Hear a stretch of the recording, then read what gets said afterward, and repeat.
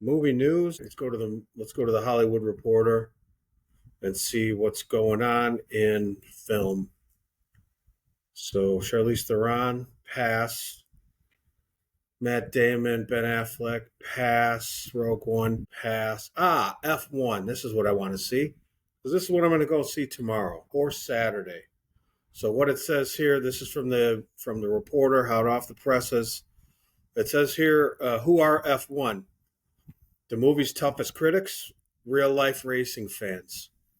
So in the headline here, or actually right below that, is the Brad Pitt and Damson Idris led movie hopes to rev up at the box office. It also hopes to get the stamp of approval from real F1 fans who will be judging the film's authenticity closely. Okay, so I'll just talk about this for a second. Anytime you have a movie that's about any particular subject, you're going to have purists or people who are in the know dicing it up and saying what's right and what's wrong. I'm trying to remember the James Bond movie where the bad guy separates a truck from the trailer and everything keeps rolling. Now, I'm an old trucker. I know for a fact that if you were to disconnect that, everything would lock up because of the way that works. But I had to forgive that because I'm watching something fictional written by somebody who maybe doesn't have any actual experience. So what they're saying here is there's some F1 fans are looking to see how realistic it is. All right, well, whatever. I mean, if only F1 fans went to see this movie, nobody would see this movie. In fact, I'd be surprised if any racing fans, especially F1, are going to be in droves going to see this. This is for people who like Top Gun Maverick. This is for people who like Brad Pitt. Okay, not necessarily race fans. So it may not pass their snuff, but it's not about them. It's about the general movie-going public. So it says here when Apple and Formula One teamed up for this pricey tentpole F1 the movie, they hoped for a mutually beneficial relationship. The Brad Pitt film from Top Gun Maverick filmmaker Joseph Kosinski would attract new fans to the sport. Maybe the movie. They're going to be looking for the same thing every moviegoer is looking for: a good story with good characters and some cool looking action that we know is fictional, but hopefully doesn't look too fake.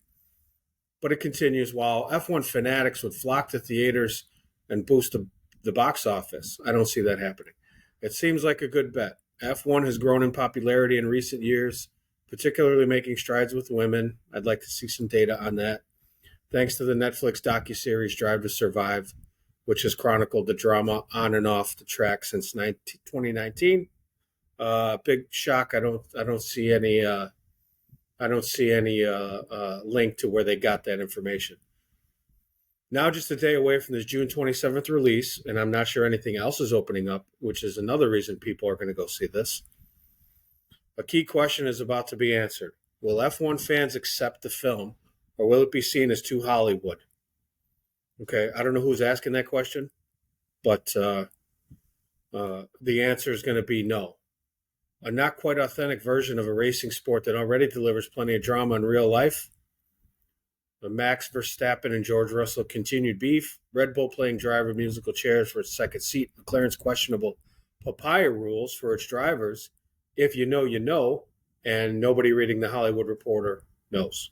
So, and I'm a racing fan, but I don't watch F1.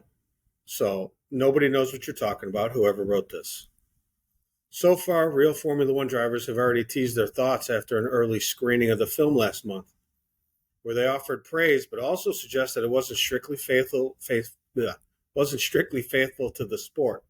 All right, so pro racers are professional athletes. They're millionaires. They are completely in tune with their profession and that lifestyle. They couldn't give a shit about a movie and whether it's authentic. All right, so, but I get it. You're trying to fill an article.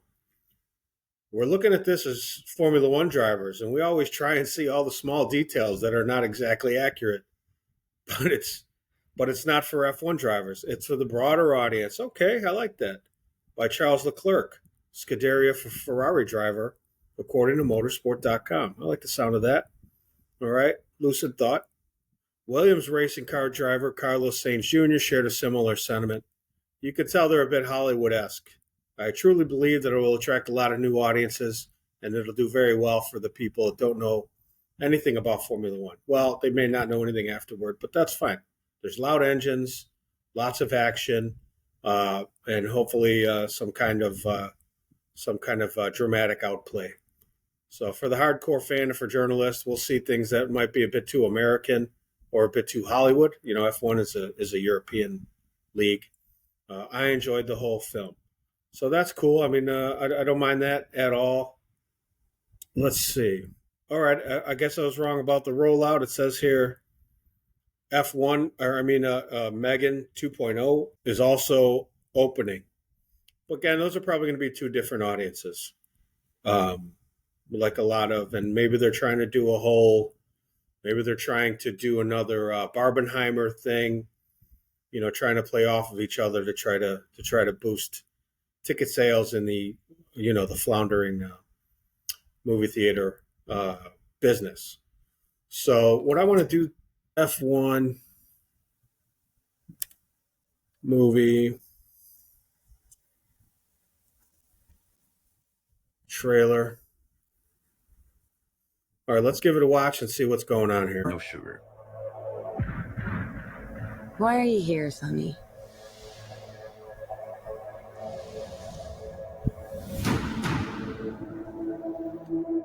It even sounds like Maverick when you look in music. The mirror, you see this rough and tumble, old school cowboy.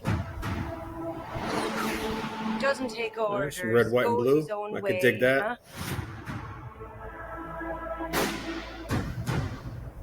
A lone wolf. Well, I've news for you. Formula One is a team sport. It always was.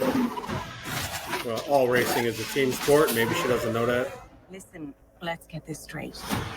We all lose our jobs if you can't pull off a miracle. No pressure. None. All right, you got Javier Bardem with a normal haircut. Interesting. I think it's really wonderful that Apex are giving second chances to the elderly. All right, shots fired. It's all right. You're just worried I'm quicker than you.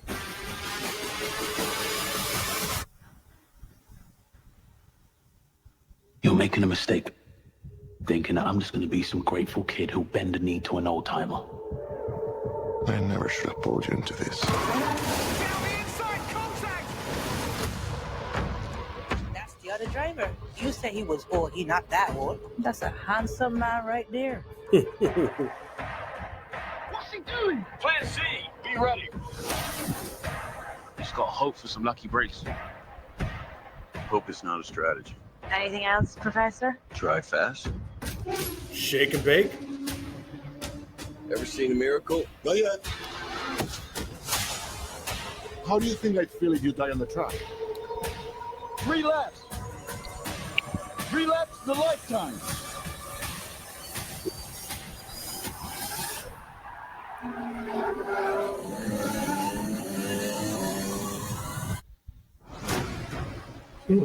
All right.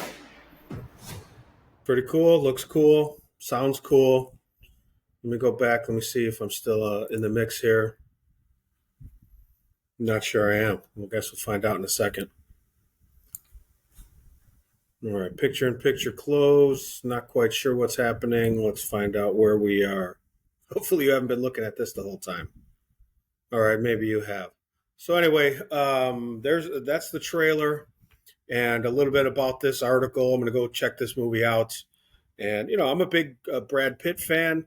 I'm a racing fan, or used to be, of you know, a different series. I'm not into open wheel at all, really, but you know, I like racing. I'm a driver. So anyway, that's it.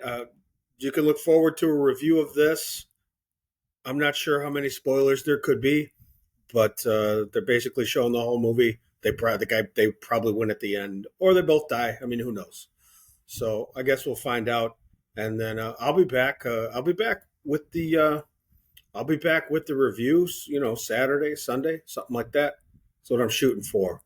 All right. So this is the Muy Macho signing off.